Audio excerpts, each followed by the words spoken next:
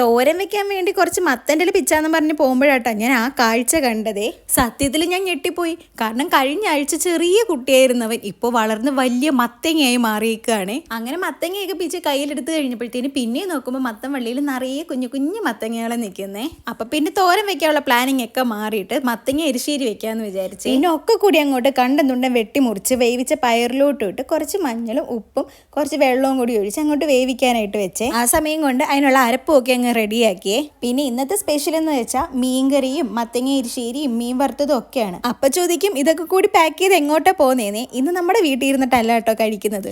ഇന്നൊരു വെറൈറ്റിക്ക് വേണ്ടി ഇതെല്ലാം ഉണ്ടാക്കി നമ്മൾ വേറൊരു വീട്ടിലോട്ടാണ് പോകുന്നത്. അത് ഞാൻ വഴിയെ പറയാവേ. അങ്ങനെ നമ്മളെല്ലാവരും കൂടി റെഡിയായി ഇതാ വണ്ടിയിലോട്ടും കയറി. വഴി കണ്ടപ്പം ഏകദേശം മനസ്സിലായിട്ടുണ്ടാവുമല്ലേ, അതെ ഏട്ടൻ്റെ വീട്ടിലോട്ടാണ്. മീൻ പിന്നെ ചൂടോടെ വറുത്ത് കഴിക്കാൻ വേണ്ടിയിട്ട് അരപ്പൊക്കെ തിരുമ്മിക്കൊണ്ടാട്ടോ വന്നത്. അതിൻ്റെ മണം കേട്ടപ്പോഴേക്കും പൂച്ചക്കുട്ടികളൊക്കെ ഓടിയെത്തി. അങ്ങനെ അതുമൊക്കെ ചെയ്ത് കഴിയുമ്പോൾ അച്ഛൻ കുറച്ച് മുട്ട കൊണ്ടുവന്നിട്ട് അത് ചിക്കാൻ പറഞ്ഞതേ. അങ്ങനെ അതും ചിക്കി വെച്ച ശേഷം ഞാനും ഏട്ടനും പോയി കഴിക്കാനുള്ള ഇലയൊക്കെ അങ്ങ് വെട്ടാൻ പോയേ. പിന്നെ വൈകുന്നേരം ആയപ്പോഴേക്കും NSSൻ്റെ മീറ്റിങ്ങിന് വേണ്ടി ചേച്ചിമാരൊക്കെ എത്തിയിട്ടുണ്ടായിരുന്നേ. അങ്ങനെ മീറ്റിംഗും ഒക്കെ കഴിഞ്ഞ് ഞങ്ങളിതാ പോവാൻ വേണ്ടി നിൽക്കുകയാണ്. അപ്പോഴാണ് അമ്മ പറയുന്നത് നിറയെ ഇലിമ്പിപ്പുളി നിൽപ്പുണ്ട്, അത് കുറച്ച് പിച്ചിക്കൊണ്ട് പോയിക്കോളാനേ. അങ്ങനെ അത് കൊലയായിട്ടൊക്കെ അങ്ങോട്ട് പിച്ചെടുത്തു. അങ്ങനെ പിന്നെ അമ്മയ്ക്കും ടാറ്റയൊക്കെ പറഞ്ഞ് നമ്മളിത് നേരെ വീട്ടിലേക്ക് തിരിച്ചു പോവാട്ടോ. അപ്പോൾ ഇന്ന് അത്രയേ ഉള്ളൂ. Tata bye bye.